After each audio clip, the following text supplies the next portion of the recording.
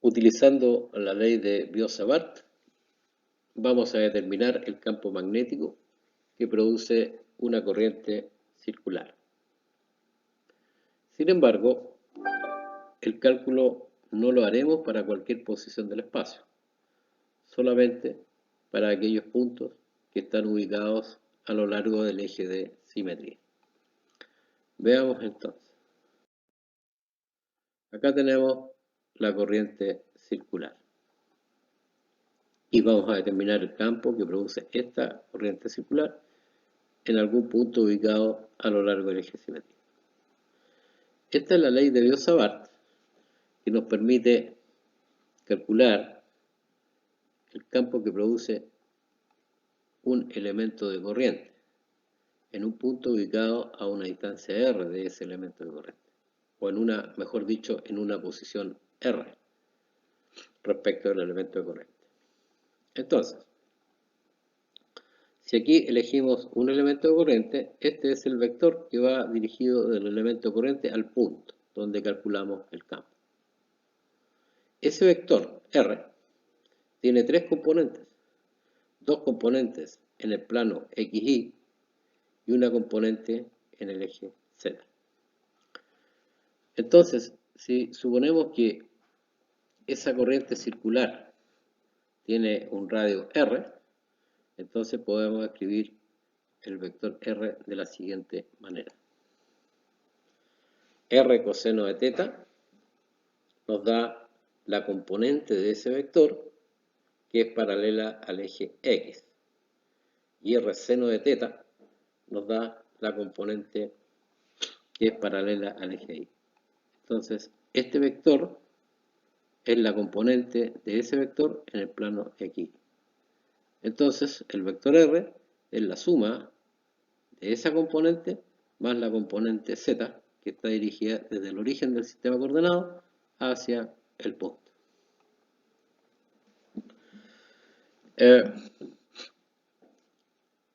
El módulo, este vector tiene tres componentes que son perpendiculares entre sí. Entonces, como sabemos, el módulo de un vector que tiene tres componentes perpendiculares entre sí es simplemente la raíz cuadrada de la suma de los cuadrados de sus componentes. Por lo tanto, esto es muy fácil de calcular. Quedaría r cuadrado más z cuadrado elevado a 3 medios. Ahora, concentrémonos en el elemento de corriente.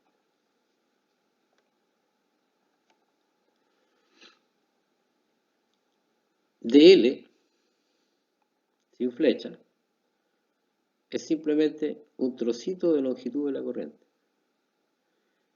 En este caso, ese trocito de longitud debe corresponder a un arco de círculo.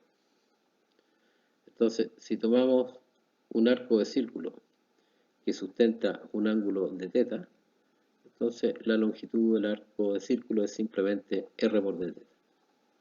Y ahora tenemos que darle la parte direccional a esto. Entonces, si U representa un vector unitario que es tangente al círculo en cualquier punto, entonces el vector IDL tiene esa magnitud y la dirección siempre tangente al círculo. ¿Cuánto vale el vector U?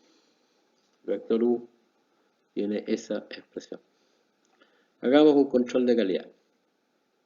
Por ejemplo, si tomamos este elemento de corriente que está acá, entonces el elemento de corriente tiene una sola componente que es paralela al eje Y. Para este caso, entonces teta vale 0. El seno es 0 y el coseno vale 1. Entonces ese elemento de corriente que está ahí viaja en la dirección positiva del eje Y. Si tomamos este elemento de corriente que está ahí, entonces la corriente ahí iría entrando, ¿no es cierto?, en este plano, o sea, tendría la dirección negativa del eje X. Para esa posición, entonces, teta vale pi medio. este término es 0 y el seno bimedio vale 1. Por lo tanto, nos queda que el u apunte en la dirección menos y2. Entonces, está correcto.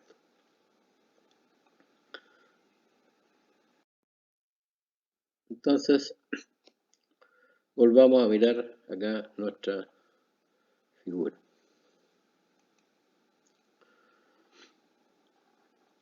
Ahora entonces que tenemos definido el elemento de corriente y el vector R, entonces podemos realizar el producto cruz entre esos dos vectores. Y esto es lo que se obtiene. ¿Qué debemos de tener presente? Que la dirección que tiene el producto cruz de esos dos vectores, entonces nos da la dirección que va a tener el campo magnético. Observamos entonces que cada elemento de corriente acá, en ese punto, produce un campo que tiene tres componentes. Paralela al eje X, paralela al eje Y y paralela al eje Z. Podemos observar lo siguiente. El campo magnético que produce cada elemento de corriente de una corriente rectilínea en un determinado punto tiene siempre la misma dirección.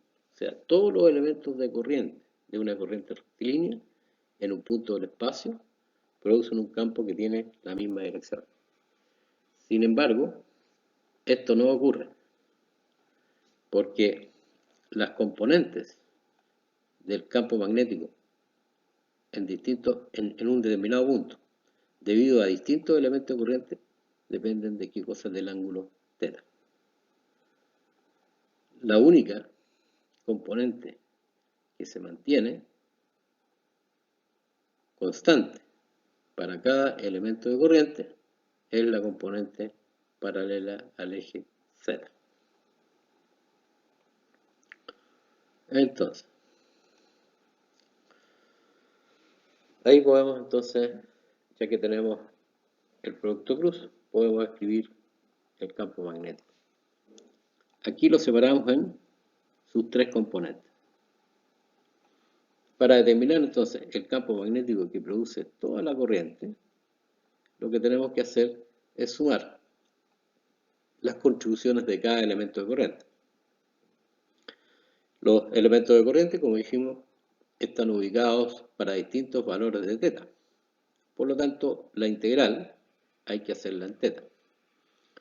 Y los límites de integración son desde θ igual 0, por ejemplo, ahí encontramos el primer elemento de corriente, y el último elemento de corriente lo encontramos para θ igual 2π. Por lo tanto, la integral va desde 0 a 2π.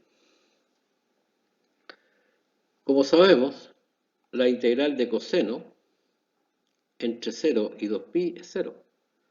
Y lo mismo sucede para la integral de seno entre 0 y 2π. Por lo tanto, al integrar, esta componente del campo magnético no existe, y esta tampoco. Sobrevive solamente la componente paralela al eje Z.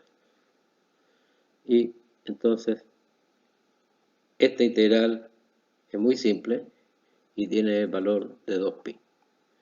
Entonces, obtenemos el campo magnético.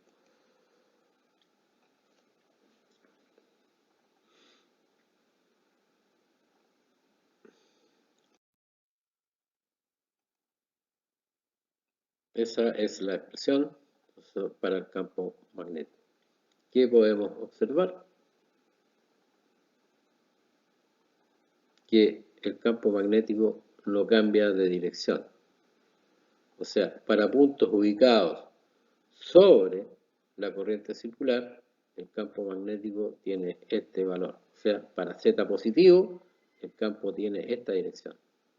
Y para Z negativo, o sea, para puntos que están bajo la corriente circular, el campo magnético mantiene la misma dirección. El máximo campo magnético, entonces, está ubicado en el centro de la corriente circular, que es simplemente evaluar esta expresión para z igual a 0.